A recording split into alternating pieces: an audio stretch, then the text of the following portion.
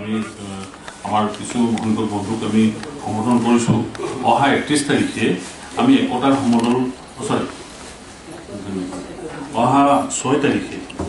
চৰ্দাৰ বল্লভভাই পেটেলৰ 150তম জন্মজয়ন্তী উপলক্ষে এটা একতা সমদল উলিওৱা হৈছে আৰু ইয়াত সকলোকে অংশগ্ৰহণ কৰিবৰ কাৰণে অনুৰোধ জনোৱা হৈছে আমি আশা কৰিছোঁ যে এনসিসি সরকারি কর্মচারী জনপ্রতিনিধি বিধায়ক জিলা পরিষদ মেম্বার ওয়ার্ড সদস্য সকলে ইয়াত অংশগ্রহণ করব আর জনসাধারণ বিশেষকে ছাত্র ছাত্রী আর উৎসুকীসকলক আমি অংশগ্রহণ করব কাৰণে অনুৰোধ জনাইছোঁ আৰ তেখেতসকলে ইয়াত অংশগ্ৰহণ কৰিব বুলি ইতিমধ্যে আমি জানিব পাৰিছোঁ একতা সম্মেলনটো আজিৰ তাৰিখত অত্যন্ত প্ৰয়োজন এইকাৰণে হৈছে যে বিচ্ছিন্নতাবাদী শক্তিয়ে যিকোনো মুহূৰ্ততে আমাক অশান্ত কৰিবৰ কাৰণে চেষ্টা কৰে আৰু আপোনালোকে জানি ভাল পাব যে প্ৰধানমন্ত্ৰী নৰেন্দ্ৰ মোদী ডাঙৰীয়াৰ নেতৃত্বত এই সমগ্ৰ ব্যৱস্থাটো ইতিমধ্যে শেষ কৰা হৈছে উগ্ৰবাদৰ প্ৰতি মানুহৰ যিটো আগ্ৰহ আছিলে এই আগ্ৰহটো মানে মহিমূৰ কৰি পেলাই এটা মূল সুতিলৈ আনিবৰ কাৰণে চেষ্টা কৰা হৈছে আৰু উত্তৰ পূৰ্বাঞ্চলত যিমান উগ্ৰপন্থী অনুষ্ঠান আছিলে সকলো ইতিমধ্যে মূল সুতিত আহি কাম কৰিছে আপোনালোকে দেখিছে অসমতো বিভিন্ন ধৰণৰ উগ্ৰপন্থী সংগঠনসমূহ ইতিমধ্যে প্ৰায় তেখেতলোকে অস্ত্ৰ সংবৰণ কৰি পেলাই মূল সুতিত আহিছে গতিকে একতা সমদল আমাৰ কাৰণে বহুত প্ৰয়োজনীয় পুৰুষ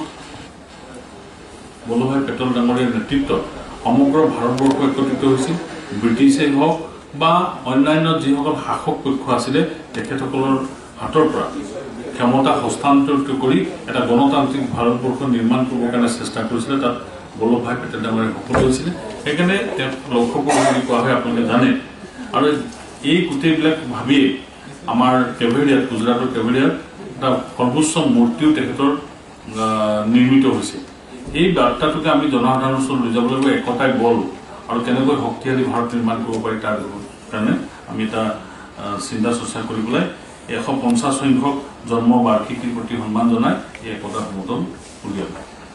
দ্বিতীয়তে 5 তাৰিখে ডক্টৰ ভূপেন হাজৰিকাৰ জন্ম শতবাৰ্ষিকী উদযাপন চলি আছে আপোনালোকে জানে জন্ম শতবাৰ্ষিকী উদযাপন অনুষ্ঠান মাননীয় প্ৰধানমন্ত্ৰী ডাঙৰীয়াই আৰম্ভ কৰিছে আৰু এটা সুন্দৰ পৰিৱেশতে জন্ম শতবাৰ্ষিকী হৈছে ভূপেন হাজৰিকা ডাঙৰীয়া অকল মানৱ দৰদী নহয় এগৰাকী চিত্ৰকাৰ শিল্পী নিজে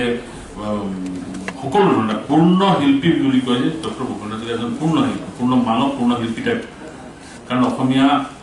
সংগীত জগতত পৃথিৱীত চিনাকি কৰাই দিয়াৰ ভিতৰত ভূপেন হাজৰিকা ডাঙৰীয়াৰ মুখ্য ভূমিকা আছে এই কথাটো আপোনালোকে জানে তেখেতৰ জন্ম শতবাৰ্ষিকী উদযাপনৰ কাৰণে ইতিমধ্যে ব্যৱস্থা গ্ৰহণ কৰিছে আৰু তেখেতৰ